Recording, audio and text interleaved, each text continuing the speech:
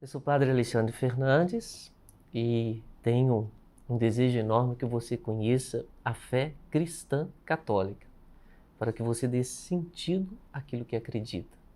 Por isso, eu estou fazendo esse curso e se você está aqui vendo hoje o episódio 6, o pecado, você pode voltar e rever todas as outras aulas.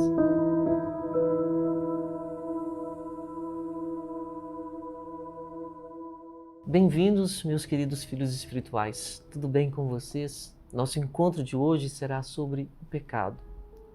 O que é o pecado? Esta simples pergunta levanta grandes questões que nós vamos tentar conversar um pouco neste encontro. Muitas pessoas recorrem ao sacramento da confissão, mas nem sempre sabem realmente com clareza o que seja pecado ou não, e até mesmo desconhecem grandes erros por ignorância. Para começar, é preciso dizer que o pecado é um não a Deus, um não ao seu amor. O homem criado livre pode e sempre irá fazer escolhas, mas não será sempre que escolherá fazer o bem. Como um dia já refletimos em outra aula de catequese, todos somos marcados pelo pecado original. Olhando as Escrituras, somos remetidos aos nossos primeiros pais.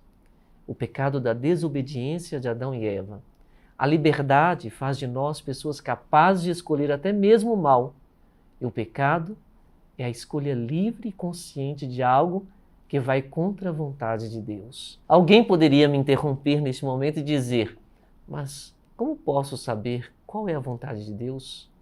Para nós cristãos, as Sagradas Escrituras contêm a palavra de Deus que nos revela a sua vontade.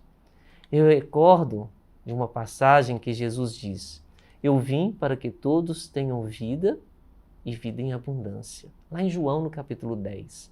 Assim, a vontade de Deus é que façamos aquilo que nos edifica, que nos humaniza. E tudo o que vai contra este princípio rompe a nossa união com Deus, nos destrói. Isso é um pecado. Mas para que algo seja pecado é necessário 3 coisas básicas. Primeiro, deve ser algo grave. Por exemplo, uma coisa é roubar uma laranja em um imenso pomar. Outra é roubar uma quantia de dinheiro. Percebe? O pecado mortal, que rompe nossa conexão com Deus, deve ser algo que prejudique realmente alguém e lhe cause um dano. Uma segunda coisa é preciso saber que estou fazendo algo errado. Vamos a mais um exemplo.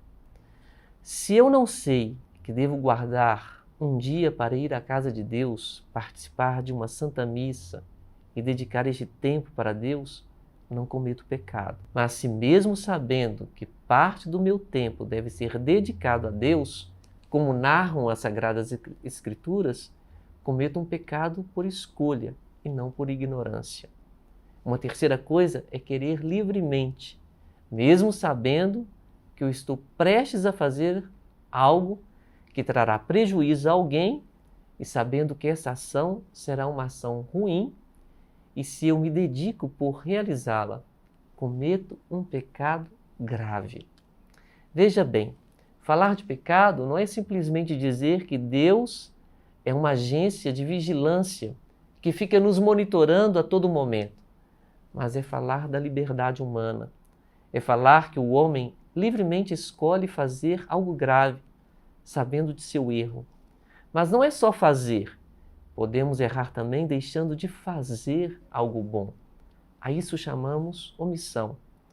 Sabe quando você deixa de fazer algo, deixa de ser o sal da terra e a luz do mundo, como diz Jesus? É isto. O pecado pela omissão é querer não se envolver e deixar de lado o que deveríamos fazer pelo nosso compromisso cristão. O pecado não apenas nos afasta de Deus, como também revela nossa rebeldia contra Ele. E o fruto deste não dito a Deus só pode ser a ardente tortura, fome de Deus. Uma fome de sentido. Deus não castiga ninguém, pelo contrário. Como disse o Papa Francisco em uma das suas homilias, Deus é pai e mãe de amor. Contudo, mesmo sabendo da misericórdia de Deus, devemos sempre evitar o pecado e o mal. É preciso saber se perguntar não só o que eu fiz de mal, mas também o porquê fiz este mal. É um caminho para a cura espiritual. Compreender-se, conhecer os próprios limites, entender as inclinações pessoais ao pecado. Essa atitude é uma virtude.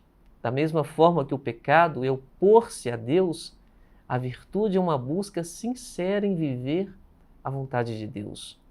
A boa notícia diante disso é que pelo nosso batismo somos lavados de todo o pecado. Somos religados a Deus e estamos com Ele em perfeita sintonia. Porém, Ele, sabendo de nossa condição fraca, mesmo se cometermos algum pecado, sempre haverá a possibilidade de nos abrirmos ao arrependimento e acolhermos o seu perdão. Você compreendeu esse encontro de hoje? Para que exista pecado, é necessário que você tenha consciência dele, que você tenha clareza que o está realizando e, ao mesmo tempo, que você tenha a liberdade para poder praticá-lo. E você teve a dimensão do que significa um pecado grave, que significa uma ofensa grande a Deus por um profundo consentimento pessoal. Por isso, nós vamos nos aprofundando na nossa fé cristã católica. Você viu a diferença entre pecado venial e pecado grave.